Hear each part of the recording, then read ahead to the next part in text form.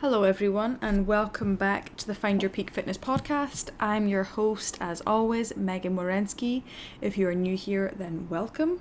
If you're returning, then welcome back. So, today, what I'm going to dive into is a little bit of a different topic. I'm actually going to talk a little bit about myself and why I do what I do and what I've learned in my first few years as a trainer, as an online coach, and the kind of expectations I had leading into it and how it is going right now and my own goals, my own journey. I am going to keep this within the 20 minutes. I'll try my best to not ramble on, but hopefully you get some insight into why I do what I do and a little bit into my life, and what my background and where I came from. So with that being said, I'm going to go over a brief background of where I grew up, how I got into sports, athletics, and kind of what led me into the position I'm in today. So, if you've not already guessed, I am not from America. I do reside in America, but I'm definitely not American. I grew up in Aberdeen, Scotland, so it's northeast Scotland, and I moved out to the States when I was 18 years old on a golf scholarship. So I started playing golf around the age of 14. Prior to that, I was always very athletic. I played a lot of football, that is soccer for those in America, and I played netball as well. I played basketball. I kind of dabbled in a bunch of different sports, but I was always very athletic, but football was definitely my main sport. And I didn't pick up golf till I was about 14. And once I picked it up, I just totally fell in love with it. I got totally obsessed with it, obsessed with the swing, the mechanics. I didn't particularly like playing or competing at the start. I was very much one of those people that you would just see beating balls all day, and that's literally what I used to do. I used to practice, try and replicate Rory McIlroy's swing. I had Ricky Fowler's putting stroke, and I fell in love with, like I said, the mechanics of it all and trying to get the perfect swing. Which is why, to this day, I'm still very much, got a pretty swing, but scoring the ball is always going to be my downfall. But I play golf for fun now, and that's where I'm trying to learn is how to actually score the ball. So, anyway, enough about golf. So, once I came out to America, yes, I came on a golf scholarship, and I graduated with my master's in May of 2022, and then I turned professional upon graduating and played professional golf for about 2.5 years. During that time, I learned an incredible amount, not even about golf, my own ability, but just my own resiliency. I met amazing people along the way. I really did shape my mind, and I was exposed to different challenges that really, honestly, it put me on the path that it led me to today, if that makes sense. So I always thought for a long, long time that my end goal was to be on the LPGA. So that's the Ladies Professional Golf Association Tour. So I played a couple of Q schools, qualifying series for that, thinking that was my destiny. And it wasn't until a couple of years into it that, I ended up honestly hating golf. I was burnt out. And I had a kind of come to Jesus moment when I was about 24, 25, I think. And I just knew that if golf didn't work out, I'm really have to think about what I'm going to do. I don't want to work in an office. I don't want to have a job that just kind of, is drilling me into the ground and I have no purpose in life. Like, having a sense of purpose is always been very, big to me. And I feel like it should be to you as well. Everyone wants to have a sense of purpose, a sense of belonging. And I didn't want to be in a position that didn't give me that. But golf was my life for, over a decade. So I didn't really know what I was going to be doing. And I remember driving to a tournament, I believe it was in Georgia. And I kind of just thought, to myself, okay, what do I enjoy to do if I'm not golfing? And at the time, and to this day, it was working out. It was being in the gym, working on myself, exposing my body to discomfort, growing physically and emotionally. And I love nutrition as well. I love the whole basis of you can shape your body depending on what stimulus you expose it to and what you actually feed it, and to this day, I love it. I find it so incredibly interesting. That may sound a little nerdy, but, that's why I'm in the space. I'm a nerd about it. And that's when I thought, I was like, well, maybe I could be like a personal trainer, but work towards golf fitness. But that didn't really appeal to me. I was like, I don't know. Cause at the time I was hating golf. And I'm like, I don't know if I want to be totally into, full-time still golf again. So that's when I was just like, okay, I'm just going to be a trainer and I'll figure out my niche as I go. And to some extent, I'm still figuring out that niche. But I had a good idea of what I wanted to do. And my main goal was to use my skills, my knowledge on nutrition and working out and health and training to help other people long term. None of this, lose 10 pounds in 10 days sort of fad diets or anything like that. Like, I wanted to make real change, and to this day I still do, and I'm constantly learning about how to make that change. But that's what led me on the path to where I am today. And when I was studying for my certification, I gave my business a lot of thought on like the foundations of what I wanted to provide, with the services I wanted to provide, the trainer I wanted to be, not just someone that has one standard approach for every single person. And I quickly learned that not every single person wants a six-pack. There's a lot of other goals out there that people want and honestly need.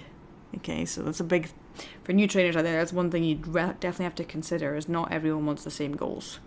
And even though you think people might want a six-pack, what they really need is to work on their bone density, or lower their cholesterol, or find a healthy relationship with food, or start viewing their bodies as beautiful, rather than thinking it to themselves that they're never worthy enough.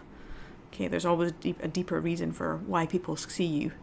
And I've kind of noticed that it's something I've been dabbling in recently. Every time I come into work and I'm in the gym and looking around, and every single person in the gym is working on themselves. And I said this to a client recently, that the gym itself isn't really just a room full of equipment. Essentially it is, but there's people in there that have a story. They're on a journey and they are trying, okay? And they're failing, but they're getting up and they're trying again, and then they're failing, and then they're succeeding, and then they're getting up and trying again. And it's a constant journey, it's a constant battle, but they're always trending up. The people that are in there, they're working on themselves. I think that's why I love the gym. It's not necessarily like, the bicep pump you get after an arm day. It's about people in there working on themselves. And I didn't realise that straight away. Anyway, I'm kind of jumping ahead a little bit, so I would like to backtrack somewhat and talk a little bit about how I actually got started in the gym and into nutrition.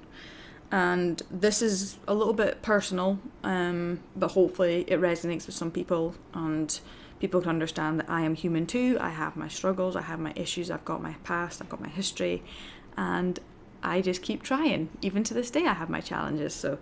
But I'm going to talk you through, or take you back to when I was in my 20s. So I was, I think, sophomore year, which is your second year at uni.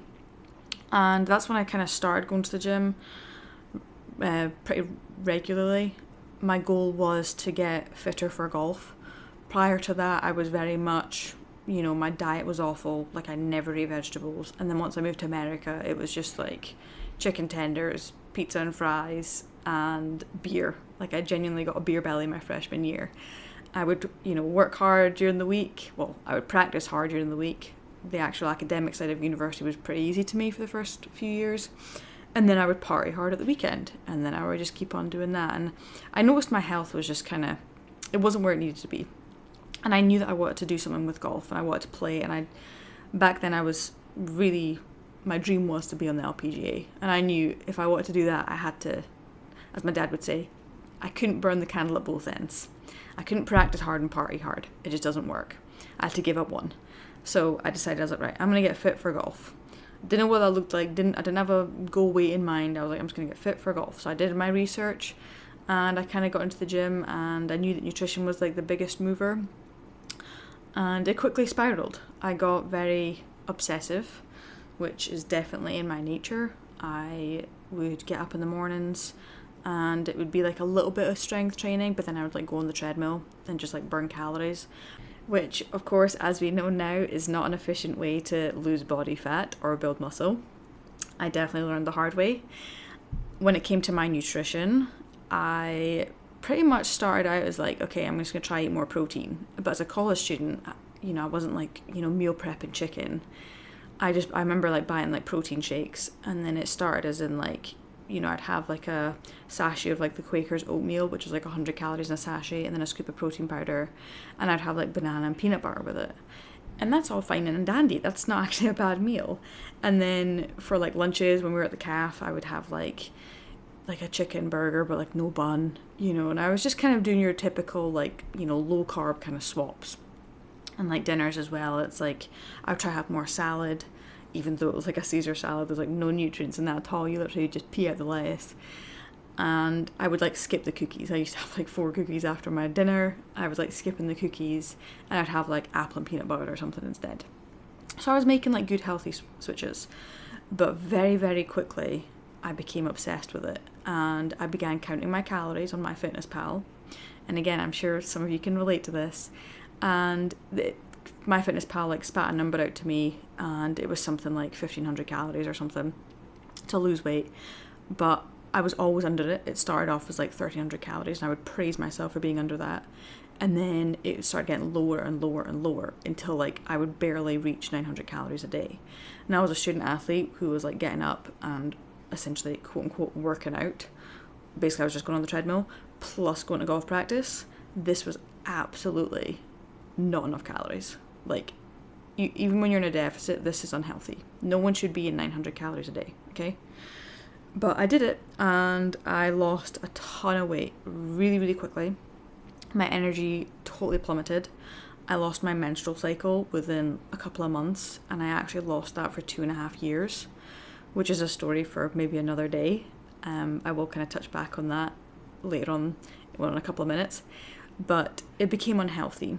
And I remember like coming home for summer, getting off a flight. My mum and dad were picking me up from the airport, and my mum had already recognised like on FaceTime that I'd lost weight, because I remember she asked me and she saw it in my arms, and I remember just saying like yeah like I've just been watching where I eat, and I kind of like brushed it off. And it wasn't until I got off that flight and I remember her saying to me, like, she didn't even hug me, she just looked at me like in shock and was like, Megan, you've lost so much weight, and like looked like very much concern. And I was like, yeah, like, I'm fine though. I was like, yeah, no, like, I kind of, like, again, just brushed it off. She looked at me and she looked worried. But again, I was kind of, like, in denial. I just brushed it off. And, I remember thinking, like, I'm in control of this. When really, it controlled me. Food absolutely controlled me. Working out totally controlled me. My, body dysmorphia, which everyone has, that was definitely at its highest point in that time in my life. It definitely controlled me. And it just kind of spiraled from there, and I lost a ton of weight, and I continued to just kind of be on this cycle of constantly looking at what I'm eating. I would not eat, there was definitely foods that I would just not go near. I didn't eat chocolate for like a year. And even if I like say if I did have something that wasn't like quote unquote good or like on my list of like good foods, like I would have like an immense sense of guilt towards that, and I would start worrying and panicking. So definitely anxiety became a thing, and it was like all this big vicious cycle. And to suppress the anxiety that I had towards food, I began to vape. I say began, I'd kind of been dabbling in it for years. Grown up in Scotland as well, smoking cigarettes is definitely a cultural thing. And then when I came to college, cigarettes are very cheap here, so that was definitely something I did at college. Smoking and vaping was something I did throughout the entire, my 5 years at college. But that's what I did to kind of cope with the mental stress of how food and diet and exercise were controlling me. So with that being said, fast forward to COVID. That is when things got really, really bad, because I was so scared to gain weight, because that's what everyone was talking about, was gaining weight during COVID. And I was like, I'm not going to be that person. And I wasn't. I actually lost even more weight during COVID. So that was when I was at my thinnest. So I'm roughly about 5'8", 5'9", so pretty tall. And I remember weighing myself, and I did not weigh myself every day. I'd weigh myself maybe like once every few months. And I remember weighing myself and I was 118 pounds, which is very, very light. To put it in perspective, I just finished a mini cut and I was 140 pounds, okay? So a lot of weight, a lot of muscle mass I lost in the process, but if anything, the biggest thing that I lost was my mind. Like, I look back now and I genuinely lost my mind. It took me a while to get out of that. There was definitely, I got referred to a nutritionist when I came back to college after COVID, and worked with a counsellor a little bit, who kind of helped me out, helped me through that. But ultimately, it was a lot of hard work, a lot of really diving into the root cause of why this insecurity came about, where it stemmed from, And it wasn't as easy as, because I want to play better golf. It was something much deeper. Anyway, now that I'm a little bit more mature, still learning, I look back to that moment in my life and I'm so grateful it happened, because I was absolutely meant to go through that, so I can relate to people that go through that today. And I'd never wish it upon anyone, because it sucked, but it absolutely shaped who I was. And that's give me a deeper appreciation for the challenges I face in my life, because there's learning behind everything. And I encourage that in my clients. You know, when you're faced with challenges, especially when it's health and fitness, there's a deeper reason why, and you're going to learn from it. You're going to be stronger for it. It's going to set you on the path you're meant to be on.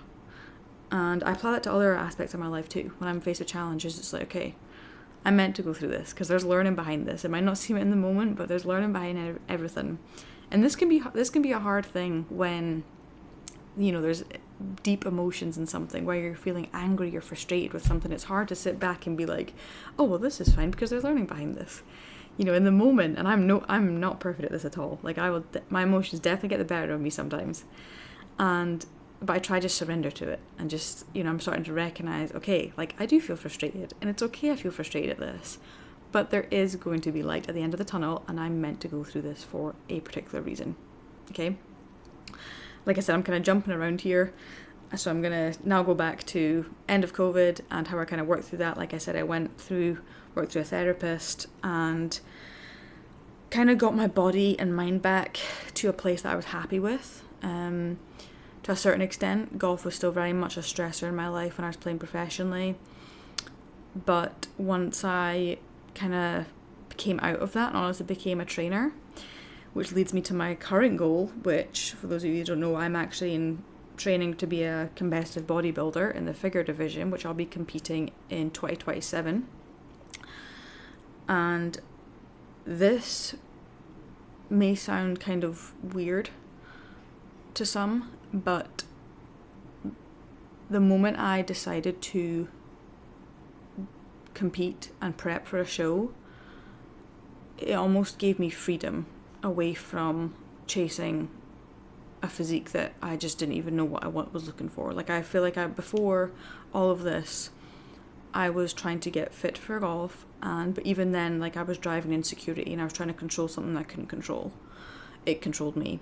And now, where I've just kind of let it go and I'm just kind of doing the processes of like, okay, I want to step up on stage and look my best, it's kind of freeing. The discipline behind it all, it's almost like I've allowed myself to practice the discipline in a safe environment. And with that, I've achieved freedom in a sense. Like, I always tell people, like, there's freedom in discipline. And I didn't really know what that was until I honestly leaned into my strengths. And my strength is I really enjoy to be disciplined. I love getting up early. I love working hard. I love going above and beyond and leaning into my nerdiness with health and nutrition and giving people inspirational talks during our session or having deep conversations with people. Like, I really, really genuinely enjoy it. So now that I've leaned into that and leaned into my uniqueness, per se, I've achieved freedom. And it took me a while to get there, and I'm still learning. Like I said, I am only 27 years old, so I know I've got a ton of life experience left in me. But I am so incredibly grateful for the challenges that I have faced and how it has shaped me today. And that's what's led me on the path as a trainer, as an online fitness coach, and how I'm building my business and the foundations I build it on. Like I said, when I work with clients, I don't really take pride in building their programs or, giving them macro targets. That is honestly the easy part. The hardest part for clients is finding that deeper reason why they're doing something and what really drives results and change and making an inward impact on that client. And that's why when I decided to become a trainer, I wanted to be an in-person trainer, but I also wanted to provide the online service so I could reach people all over the world. And the online service is such a great service because it is on-the-job training for my clients.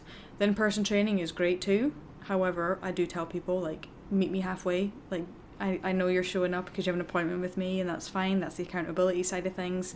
But I try and, like, still coach them in person. and coach them through the process, getting them tracking their macros, getting them reaching their targets, working on habits, getting their mind right, getting their mind to a point where their body can follow. And what's so great about my job is I can do that with anyone across the world.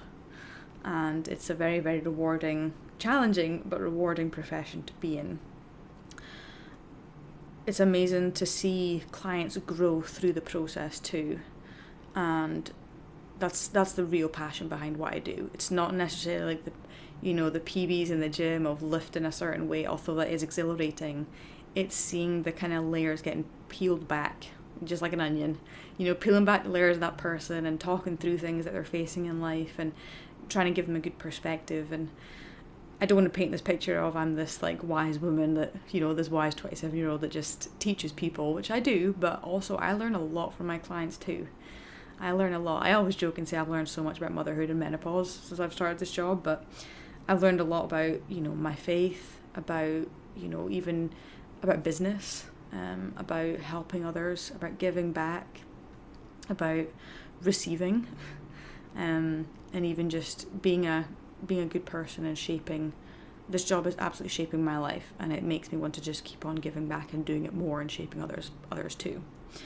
So to wrap it up there, like I said, I know this is a bit of a weird or a different episode, I should say, but I hope this has given you an insight into what I do and my life and where I've kind of come from, and hopefully it inspires you. If you do need help with anything, please reach out. Like I said, it's not fun to do things on your own, and I learned that the hard way. I did it on my own for years and years, and like I said, I think I had to go through that to get me to a point where I appreciate the help that I have today. And I have no shame in asking for help from others either. And you shouldn't have that shame either. It's one of the best decisions I've ever made. So for those of you who don't know, that if you do need help, I do have my online coaching service. What I do with my clients, I try and make it as hands-on as possible. So even if you're thousands of miles away, we are still in constant communication. We have formal weekly check-ins, but between that, you can absolutely reach out to me anytime. I will give you your programming, I give you videos, I assess your form. We talk about your nutrition, your struggles, your strengths, where you need to work on, and even the mental stressors in life. A lot of the feedback or a lot of the client check-ins that I get, sometimes it's very minimal to do with the training and the nutrition. It's about what's going on in their life, like I had a client check-in with me yesterday, and the majority of his check-in was literally about his golf game. So I responded and I gave him some tips to do with his golf game, and then I was like, okay, and then by the way, your rate of loss this week is really good, let's keep it the same and just work on your short game. So that's the rewarding thing about what I do. Like I said, I really strive and pride myself on coaching the client, not necessarily just giving out cookie cutter bog standard approaches. So like I said, if you are interested, please reach out. My Instagram is linked below, and when you go in there, you can click on my bio and there's an application form in there. I hope you guys have a good rest of your day, and I will see you all next week.